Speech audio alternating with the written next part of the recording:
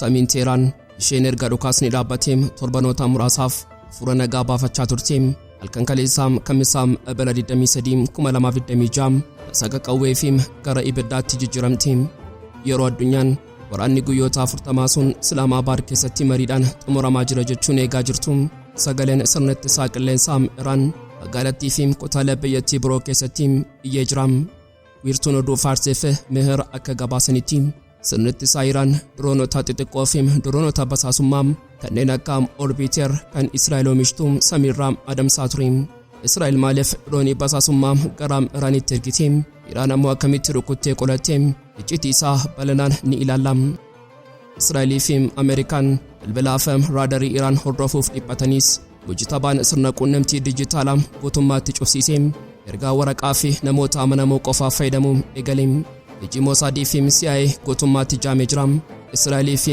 Ameerikaan hoogganaa olaanaa haaraa Iraan hojjetabaa kaamane galaafachuuf carraaqqii isaan taasisaa jiran akkamitti fashalaa'e balana isaanii dhageessu Pireezidaantiin Trump ulaa Hormuz guutummaatti cufneerra uggura galaanaa guutuu labsineerra jechuun yeroo miidiyaatti of jajuun Teeraan irraa deebiin dhufeem dubbii afaanii osoo hin taaneem deebii qabatamaam kan onnee Peentaagoon cabsee fi dinagdee addunyaa raasedha ammas dooniin daldalaa Iraan boba'aa feetteem uggura Ameerikaa cabsitee darbuun ishee beekamee jira yoo xumuraatti nufaana turtan icciitii bal'aa ni dhageessu qophii keenya laayik gochuun jalqabaan affeerraa keenya yeroo maraatiin yooyaa ashamaar kafuuneem kabajamtoota dhaggeeffattoota keenya kun Oromiyaa 24 Newsdha kanneen chaanala YouTube keenya faarataatan subscribe gochuun maatii keenya taam qophiin keenya namoota hedduu biraa akka ga'uuf like share gochuun waliif qooduun dagatnaam Aga xumuraa qophii keenyaatti turtii gaarii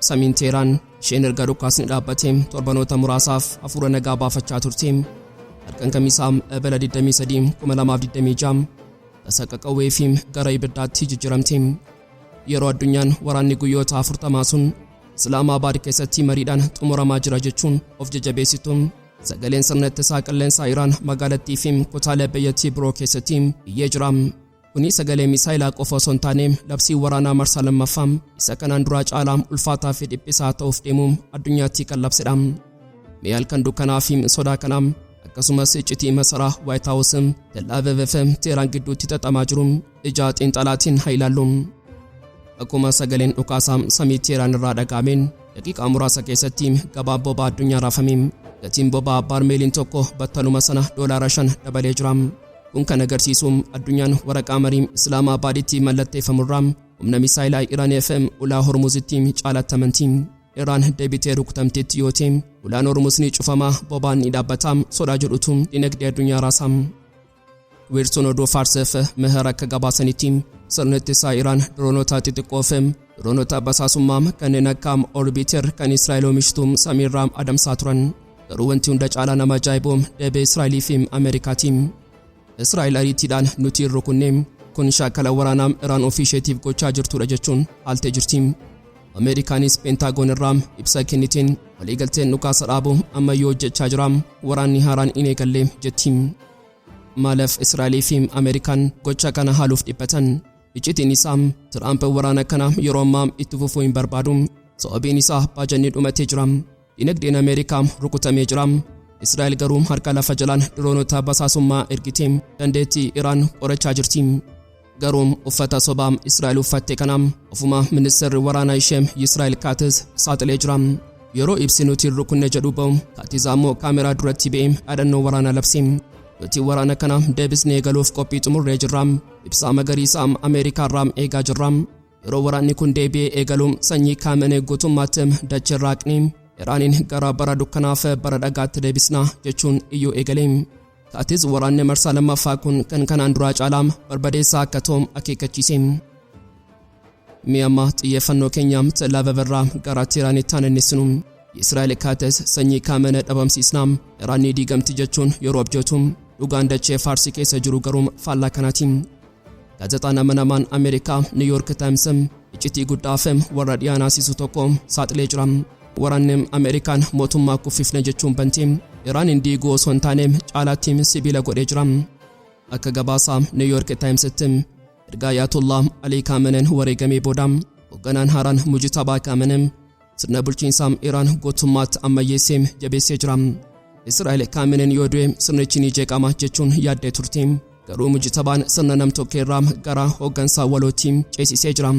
Kana jechuun Mujtabaan murtoo hunda kophaa isaa hin murteessu.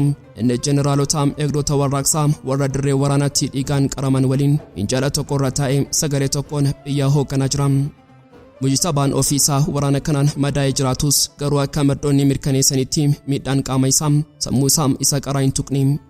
Inni gargaarsa pirezidaantii Masuud Pezeshkianii fi ogeeyyii fayyaatiin guyyaa fi halkan dhimma biyyaa hoogganaa jira. Wanti hunda caalaa diina jaamsii ammoo teekinooloojii inni fayyadamudha. Israa'elii fi Ameerikaan bilbila raadarii Iraan hordofuuf dhiphatanis Mujtabaan sirna quunnamtii dijitaalaa guutummaatti cufsiisee ergaa waraqaa fi namoota amanamoo qofa fayyadamu eegalee iji Mosaadii fi CIA dhimma Mujtabaa Khamenei irratti guutummaatti jaamatee jira. Dabalataan waraanni kun eegdota warraaqsaa Islaamaa Iraan humna madaallii hin qabne taasisee jira. Jeneraalonni waraanaa yeroo ammaa kana dhimma waraanaa qofa osoo hin taane dippiloomaasii illee dhuunfatanii jiru.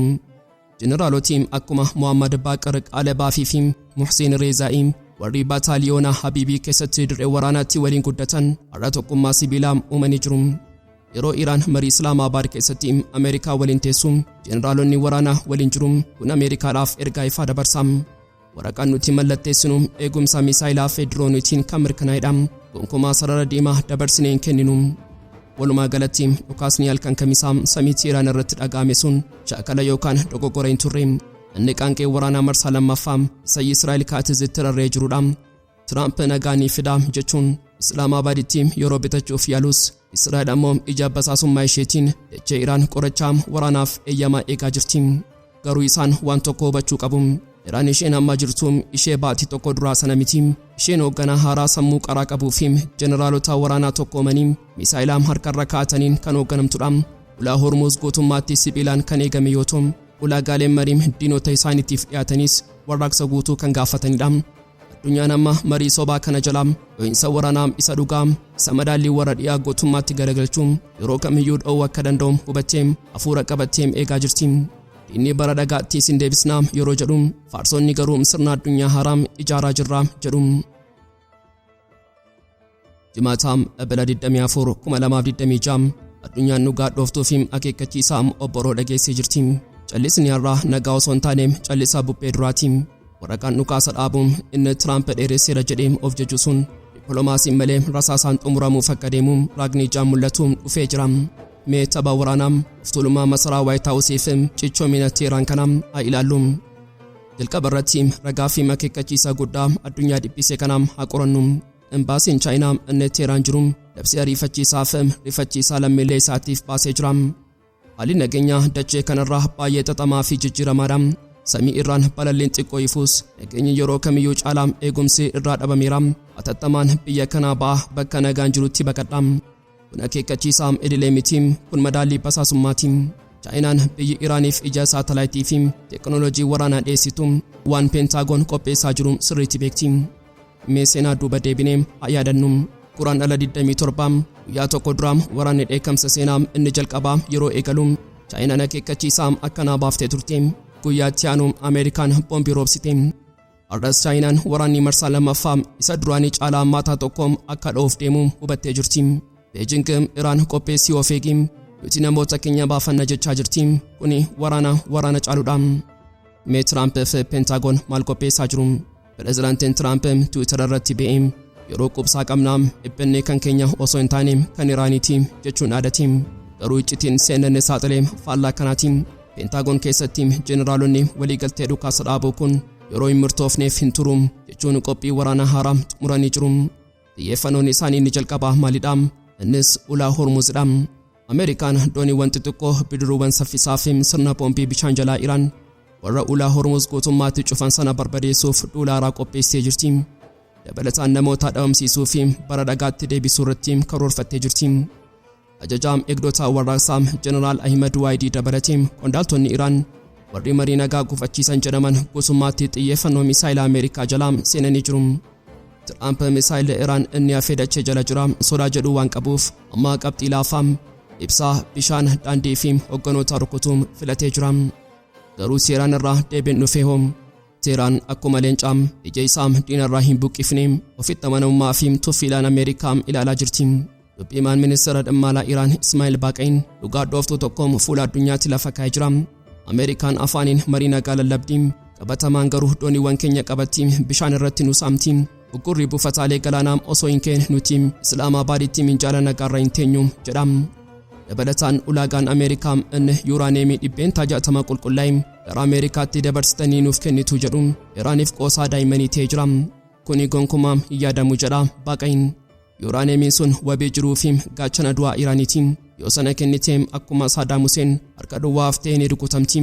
Iraan yuuraaneemii sana dachee meetira 100 lakkaa'amu gadi keessatti dhoksiteem kottaa fudhadhaa jechuun Ameerikaatti qoosaa jirti. Wanti hunda caalaa nama ajaa'ibuufim tapha siyaasaa Tiraamp saaxiluun Libaanoosidha. Iraan waraanni Libaanoosii fi Falasxiin irratti godhamu dhaabbachuu qaba jechuun ulaagaa yeroo dhiyeessitu. Tiraamp dirqameem har'aa dhukaasa dhaabuun Israa'elii fi Libaanos gidduu jiru torban 3 dheeressee jira. Kun kan agarsiisuun Ameerikaan nuti gooftaadha jettus qabatamaan garuu ulaagaa Iraan fudhatee hojiirra oolchaa jirti jechuudha. Pireezidaantiin Tiraamp ulaa Hormuz guutummaatti cufneerra. Uggura galaanaa guutuu labsineerra jechuun yeroo miidiyaatti of jajuun Teeraan irraa deebiin dhufe deebii afaanii osoo hin taane deebii hojii kan onnee peentaagoon cabsee fi dinagdee addunyaa raasedha. Mee tapha waraanaa dhoksaa fi xiinsammuu galaana Hormuz irratti taphatamaa jiru kanaam haa ilaallu. Jalqaba irratti taatee har'aa bishaan Faars irratti uumamee yeroo mil'annu doonii bobaa guddaan kan alaabaa biyya Kuraakaa'uu rarraafattuu fi maqaan ishee Kuubaa jedhamu ulaagaa daldala Ameerikaatiin akka biyya Chaayinaatti bobaa Iraan geessitutti shakkamtee uggura jala turte. Garuu dooniin kun maal goote? Dooniiwwan waraanaa Ameerikaa warra bishaan kana nutu to'ata jechuun eegumsa cimaarra turan jala miliqte. Ijaaraa darii isaanii jaamsite nagaan qaxxaamurte. Odada Laarak kan Iraan cinaa qubatte. Kuni taatee idilee miti. Kuni salphina teekinooloojii waraana Ameerikaati. Tiraamp doonii 27 of duuba deebisneerra jechuun yeroo dhiphatu dooniiwwan bobaa Iraan Kuubaa fi xiyyaara waraanaa Ameerikaa jala miliqanii daldala bobaa addunyaa madaalatti fidaa jiru. Garuu wanti hunda caalaa Ameerikaa dhiphisuu fi addunyaa rifaasisuu waraana bishaan jalaati. Akka gabaasni iccitii Axios saaxileetti eegdonni warraaqsaa Islaamaa Iraan ulaa Hormuz irratti tarsiimoo haaraa fi sodaachisaa tokko hojiirra oolchaa jiru. Isaan dooniiwwan saffisa isaanii fi bishaan jala seenuun bombii bishaan jalaa baay'inni isaa hin beekamne galaanicha keessatti facaasaa jiru. Bombiin bishaan jalaa meeshaa waraanaa isa rakkasaa garuu hunda caalaa sodaatamaadha. Dooniin doolaara biiliyoonaan lakkaa'amtuun bombii doolaara 10,000 bishaan jalatti awwaalamti. Ameerikaan haala kana to'achuuf dhiphattee diroonota bishaan jalaa fayyadamtee bombiiwwan kana dhabamsiisuuf yaalaa jirti. Garuu ulaan Hormuz guutummaatti zoonii du'aa ta'ee jira. Dooniiwwan daldalaa 33 ol daandii jijjiirratanii jiru. Ulaan bobaan addunyaa 120 irra darbu amma guutummaatti laamshee jira. Kuni dhukkubbii guddaadha. Sababiin isaa yoo bombiin tokko doonii bobaa guddaa tokko bishaan kana irratti dhoose bobaan dhangalee galaanicha ni summeessa. Gatiin bobaa addunyaa immoo samii tuqa. Dinagdeen addunyaa ni laamsha. Tiraamp dhiphinaaf adii kana keessaa ba'uuf ajajaa waraanaa ariifachiisaa fi maraatummaa tokko dabarsee jira.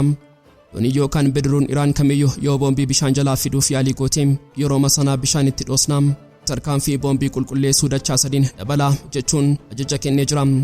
Mee dhugaa kanaa madaalam Iraan maaliif akkas gooti? Waraanni kun erga eegalee guyyaa 40 darbee jira. Mariin nagaa Paakistaan keessatti eegalamus Tiraamp of tuulummaadhaan uggura nan godha yeroo jedhu Iraan deebii madaallii kennitee jirti. Ati buufata koo yoo cuftee ani immoo ujummoo dhiigaa dinagdee addunyaa nan kutaa jettee jirti. Iraan bishaan Hormuz qabeenya uumamaa ishee waan ta'eef Ameerikaan as dhuftee ajaja natti kennuu hin dandeessu jechuun mirkaneessitee jirti. Doonii Kuubaa nagaan dabarsuu fi bombii bishaan jalaa awwaaluun ishee addunyaaf ergaa tokko dabarsaa. Gooftaan ulaa Hormuz Ameerikaa osoo hin taane Iraanii. Walumaa galatti addunyaan amma saffisaa sa'aatii sodaachisaa keessa jirti. Tiraamp nan dhukaasaa jechuun labsee jira. Iraan ammoo kottu bishaanicha keessatti awwaalamii jechuun bombii ishee qopheessitee jirti.